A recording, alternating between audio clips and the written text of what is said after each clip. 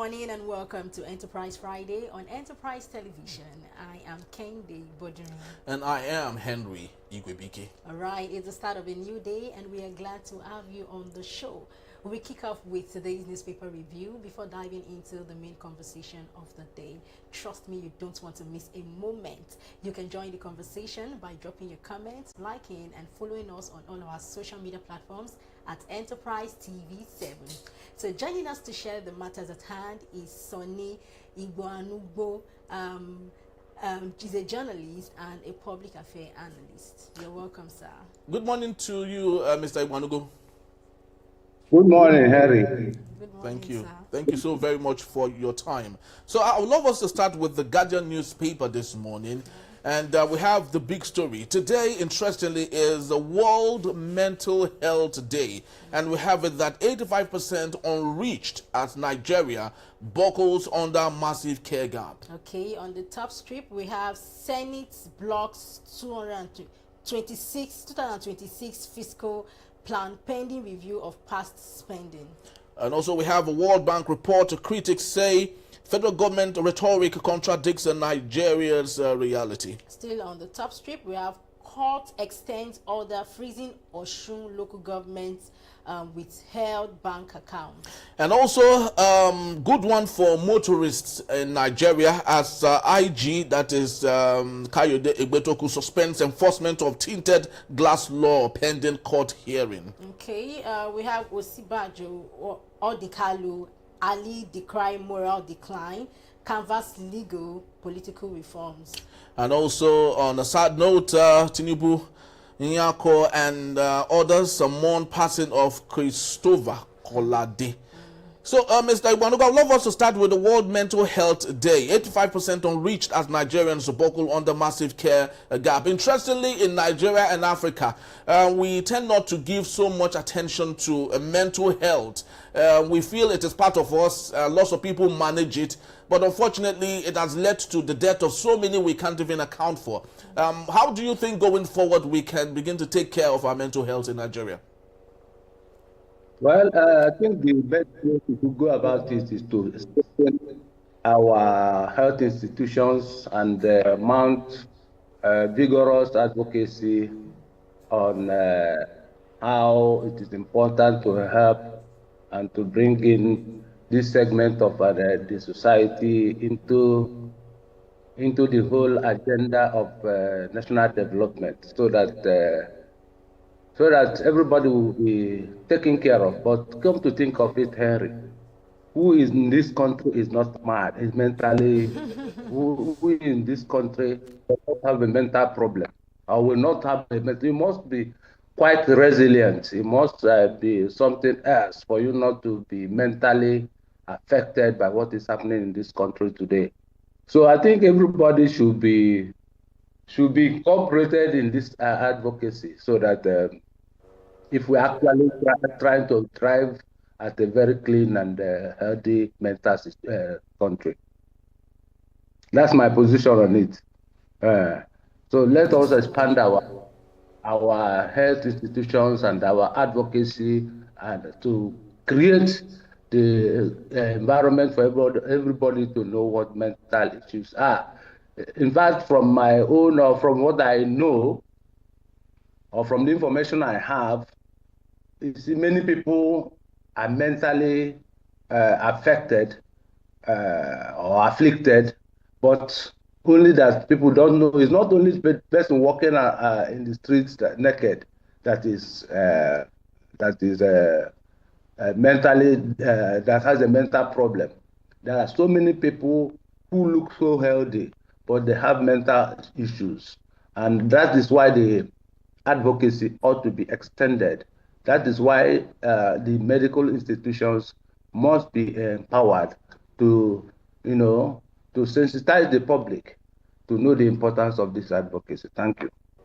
Very well said. So what are the most common mental health disorders affecting Nigerians today?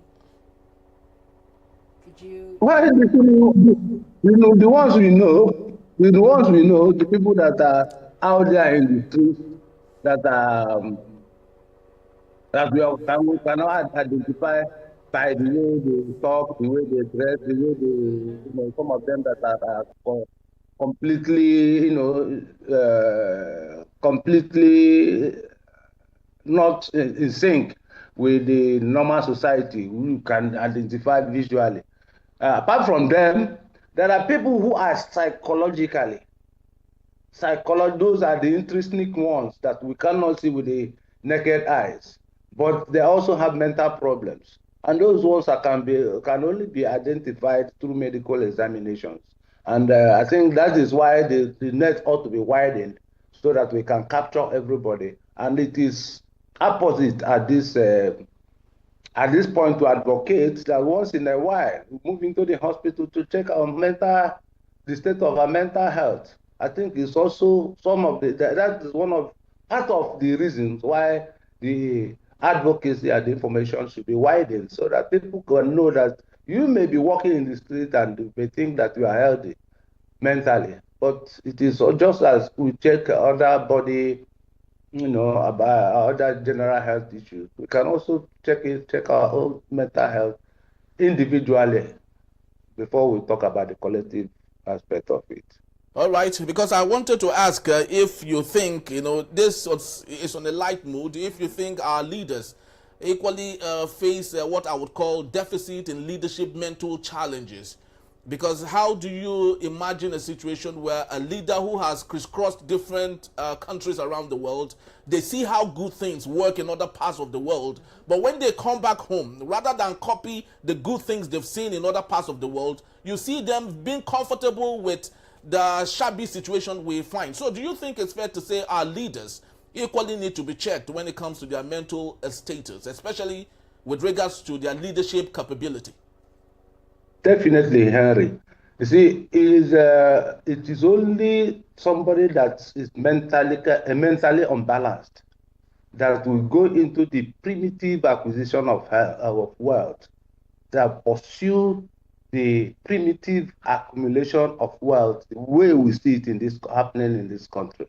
You see, being on the political scene for so many years, I've seen a situation where somebody will park about 20 SUVs in his garage, 20 SUVs. And that same person can be bribed with one SUV to skew political processes. Perhaps somebody that was sent to a state to conduct primaries in an election. He has 20 SUVs, most of them untouched. He has not driven any of them for years. Yet, the candidates will bribe him with another SUV. And he will do something that will tip the balance of the society negatively. And it doesn't bother him. It is only somebody that is mentally challenged that will see a situation that will go and buy SUV to drive on an unpaved road, the type of road we have. The only reason for buying SUV is to navigate through those roads instead of putting that road in order so that you can even ride a bicycle through that road. You see, when you say this, I cannot agree more or less with you. It is I think anybody that makes comes to such a conclusion, in my own view, is right. So you are right in thinking that way.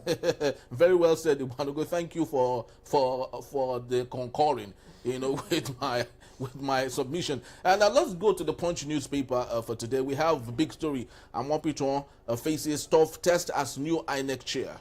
Okay, we also have National Assembly probes NNPCL over $18 billion refinery spending.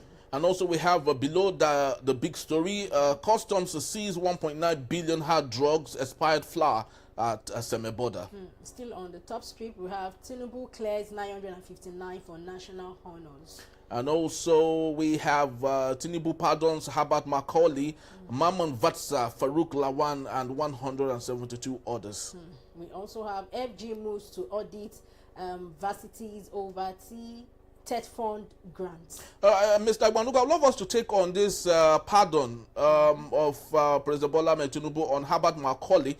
I know we might be young to know what exactly Herbert Macaulay had committed, because we know he was a great man, the little we had read from our history books when it was still allowed before they dissolved it, and now they've allowed history again. But speak to us on this, especially for that of Herbert Macaulay.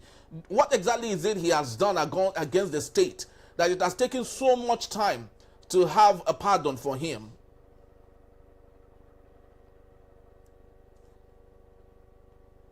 I think from what I've read, it was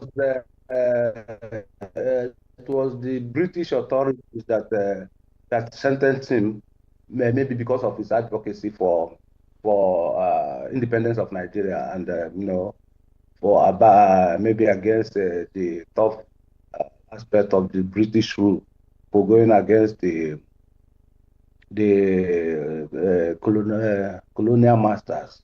So I think that is happening, and that has lingered over the years. I think this is just a formality.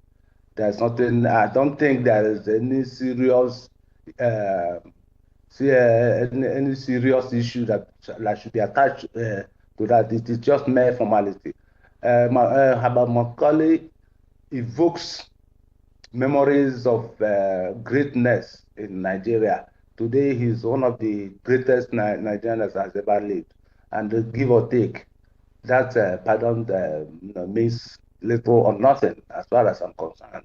So I think it's just mere formality. The fundamental issue is actually the pardon of, or what we should look at as the pardon that will have fundamental effect on the Nigerian society. And for that, I want to compare what the president has done to what happened at the forecourt of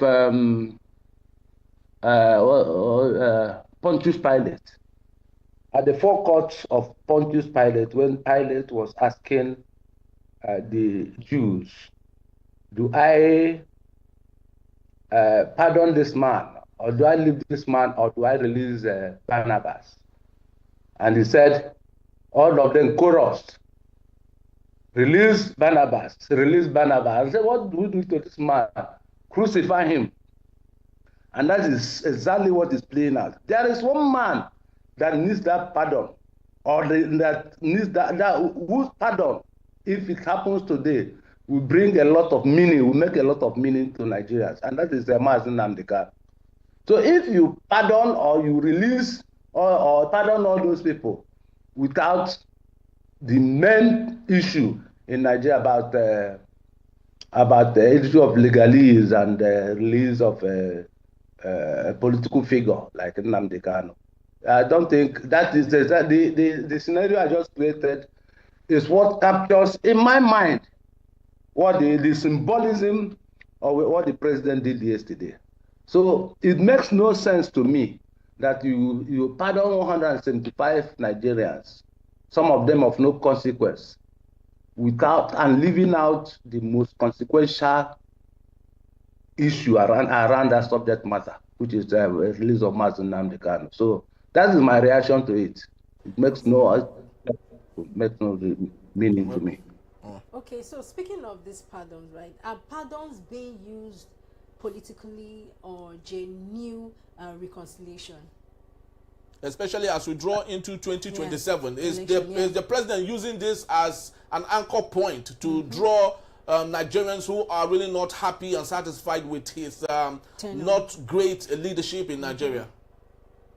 Everything President Tinubu has done or does is tied to politics.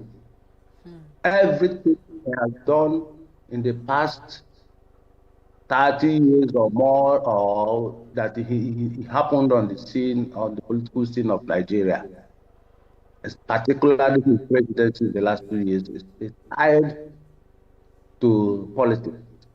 So there's no aspect of it. You cannot say that this is not part of his politics. It is part of his agenda to serenade the political to appease certain group of people, and maybe to further his political interests. So you cannot be wrong by saying that, by making that assertion. So it is all part tied to politics. Very true. So let's move to the Vanguard newspaper just before we call it around for this particular segment. We have from the Vanguard newspaper, big story, accommodation crisis hits the university students, parents wail.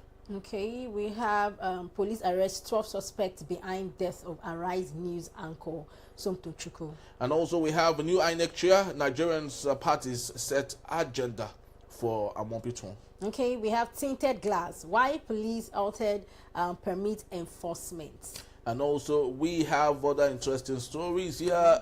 Field rehabilitation. Reps order probe into $18 billion spent on refineries. We also have Tinubu mourns as ex-UK envoy Christopher Kolade dies at 92. All right, Mr. Wanugo, well, let's go to the uncertain and very nice speaking about it, especially that the death of Somto Chukwu, Arise News anchor. Police have made arrest of 12 suspects. But of what use, of what gains is this really, knowing that this is more like medicine after death? The FCT is supposed to be the forefront of security in Nigeria. But unfortunately, it has become a place where everyone is on their own right now. Do you think this arrest would make any significant go against the further insurgency in the FCT? Well, I think it's a positive development that those people were arrested. If they were actually the people that committed the offense. In fact, there's no place crime does not happen. Even in the most protected place in the world, crime does happen. The issue is, if crime happens, what happens thereafter? If this type of promptness had been, been the case all over the years, where criminals commit crime and are arrested promptly, I don't think the level of crime in this country will soar as high as soared in the last few years. If this can be brought to bear with the people that commit mass killings all over the country, if this is the case in Zamfara, if this case is in Castina, if this is the case in Borno, if this is the case in Anambra, if this is the case all over all the parts of Nigeria, where people are promptly arrested for committing a crime, I don't think people, before you go into crime, you think twice. So I think it is a positive development if actually the people arrested are the people involved. I think that is the aspect, that is from the angle I'm looking at it. If they're actually the people that committed this offense and they were promptly caught, people engage in mass killings in the US, even with the level of security in the US. The person that just killed somebody the other day, the sniper that hit more, that if such promptness could happen in Nigeria, I think it should be commended. But let us be sure that this is not just an isolated case and that those involved are the actual perpetrators. But before I go, Harry, I really am surprised that we are not talking about the new INEC chairman. INEC chairman. We will discuss it on our main conversation after now. We will discuss it as our main conversation. Yes, most definitely. It's the most important thing for us. Yes. We'll do that just after this newspaper reviews today. But just before we end for this particular segment, do you have a question? I wanted to ask him, what does this killing now reveal about safety of journalists in Nigeria? Well, I don't want us to look at the issue as unless there is a compelling reason to believe that she made her fate because she was a journalist. But otherwise, I would think that the best approach is to ensure that the society itself is protected more, and those who commit crimes are arrested. So if this thing happens in the federal capital, in recent times, in recent years, the the cases of criminal activities, rise in criminal activities have risen in the Federal Capital Territory, and it's not a good testimonial for a country like Nigeria, who is actually going out there clapping hands, begging for foreign investment. People will be scared, more scared to invest. So I think let us look at it more generally, unless there's a compelling reason to believe that she was killed because she was a journalist. That's awesome. Yeah. It's awesome. But we would go on a short break in a bit. Mr. Igbanugo will still be here to take us on that. That is when we return. Political parties urge Amupitan to ensure credible election. In a bit, it's still Enterprise Morning. Don't go anywhere. We'll be right back.